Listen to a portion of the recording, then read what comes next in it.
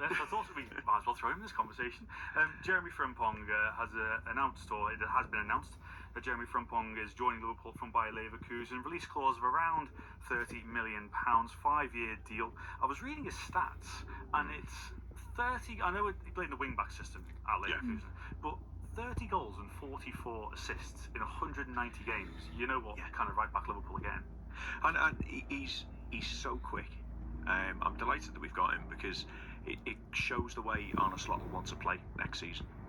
Because he could easily have gone for a more solid option. He could have gone, right, let's get... Because I honestly thought Ola Aina at Nottingham Forest would have been a really good option because he's been superb this season. But he's a classic right back, defends well, goes forward when needed, and will cross the ball. With Frimpong, you're basically getting a winger. You just go, all right, winger, but you start deeper.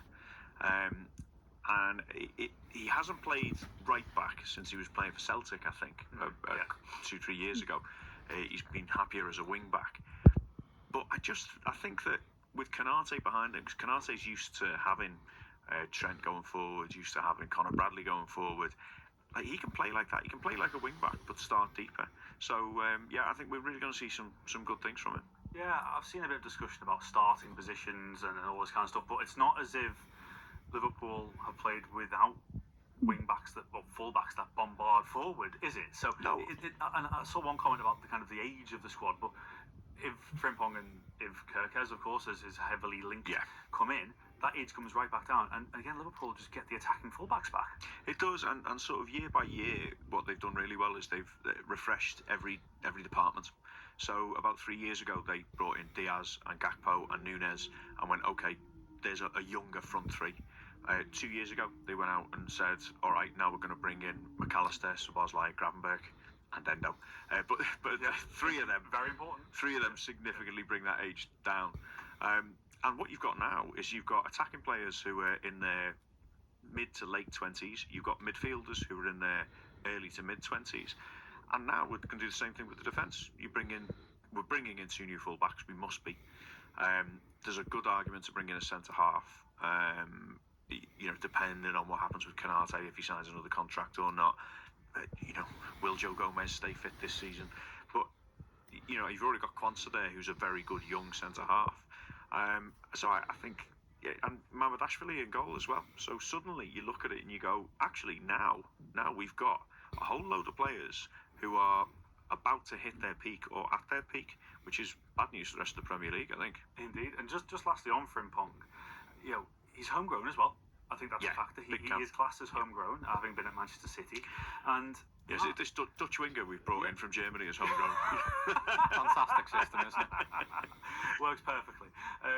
But the fact he's already got that Dutch connection, because Liverpool, just before they tweeted about Frimpong, tweeted a picture of Gravenberch, Gakpo and Van Dijk. So he'll have absolutely no problem settling in, will he? Yeah, and I think as well, he basically grew up in Man City's academy, so he's not going to get here and start complaining about the weather, because the weather's better here than in Manchester. Everyone knows that.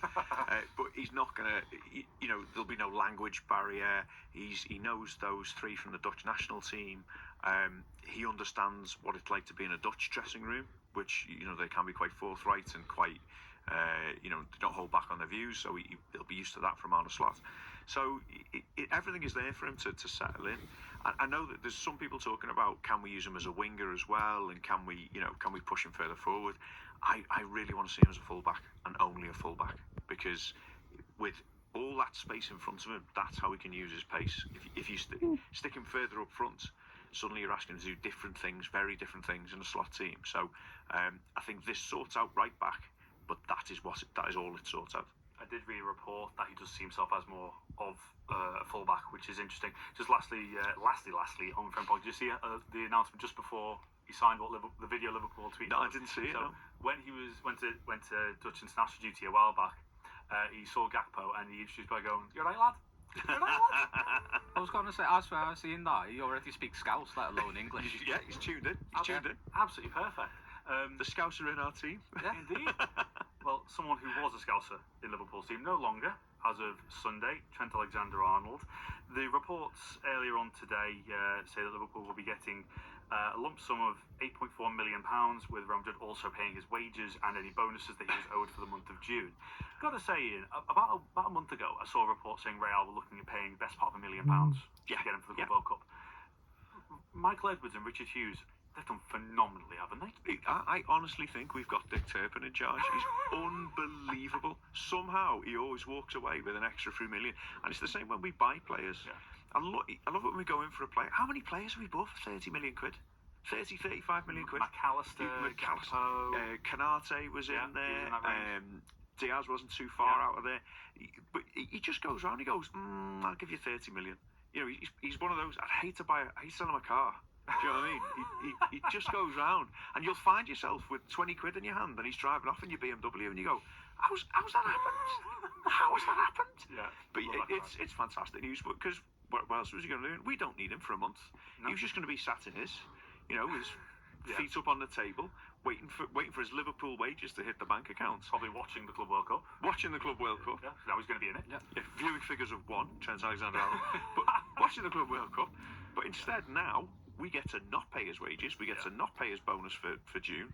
I wouldn't be surprised if they managed to sneak his title-winning bonus in there as well. That is... You imagine? Just slide that under the line. And we get 8 million quid. He's happy. They're geniuses. Love him. Does it alleviate any frustrations about Alexander-Arnold that you might have had about him leaving totally on a free? Or are you still... It helps a little bit. I mean, it totals up to about 10 million quid we save, which is better than nothing. If you've got to go and spare, I'll have it. But the money wasn't a big thing for me leaving. Him leaving, it was more having someone, a player coming into his peak years, who is a phenomenal player. He's a superb player. Deciding that Liverpool is not for him and Real Madrid is for him. And that's what got me going. That's what upset me. And I didn't boo him. Obviously, I'm not one of those guys. But I certainly wasn't clapping him at the end either. I wasn't cheering his name or anything like that. He's an ex-Liverpool player, and he's gone. And one day I'll be able to look back and more reasonably say, okay, he was probably our best right back. It was him and Phil Neal in the conversation. Right now, Phil Neal's biggest fan. But I just think, 10 million quid certainly helps to take the sting out of it a little bit. But I'd much rather they kept the 10 million and we had him signed to another 5 years. Yeah.